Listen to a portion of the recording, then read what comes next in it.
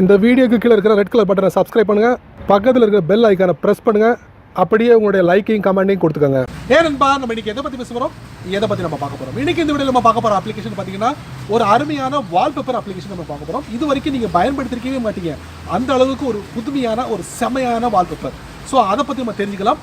என் பேர் செய்ய நீங்கள் பார்க்குற சேனல் தமிழ் டெக் ஜிஞ்சர். வாங்க முழுமையான வீடியோக்குள்ளே போகலாம்.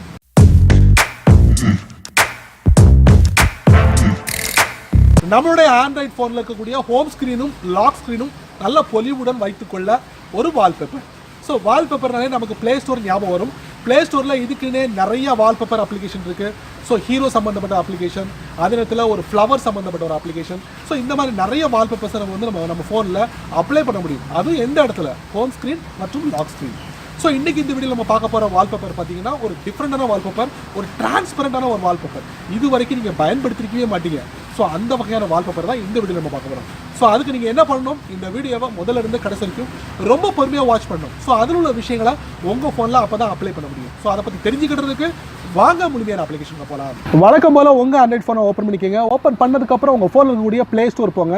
ப்ளே ஸ்டோரில் போய்ட்டு இந்த அப்ளிகேஷனை டவுன்லோட் பண்ணி இன்ஸ்டால் பண்ணிக்கோங்க. இன்ஸ்டால் பண்ணதுக்கப்புறம் அவங்க கொடுத்துருக்க இமேஜை பற்றி நம்ம தெரிஞ்சுக்கலாம். இமேஜில் பார்த்தீங்கன்னா ஒரு சில விஷயங்களை நம்ம பார்க்கலாம். இதை மூலிமா நம்ம கன்ஃபார்ம் பண்ணிக்கலாம். இருந்தாலும் இந்த அப்ளிகேஷனை ஓப்பன் பண்ணுவோம். இந்த அப்ளிகேஷன் நம்ம ஓப்பன் பண்ணியாச்சு. இதில் பார்த்தீங்கன்னா கண்டினியூ கொடுத்துக்கோங்க. ஒன்ஸ் லோட் ஆனதுக்கப்புறம் ஒரு சில விஷயங்களுக்கு அலோ கொடுத்துக்கோங்க. அலோ கொடுத்ததுக்கப்புறம் இதில் பார்த்தீங்கன்னா டிரான்ஸ்பரண்ட் லைவ் வால்பேப்பர் இருக்கும். நம்ம டேப் பண்ணுவோம்.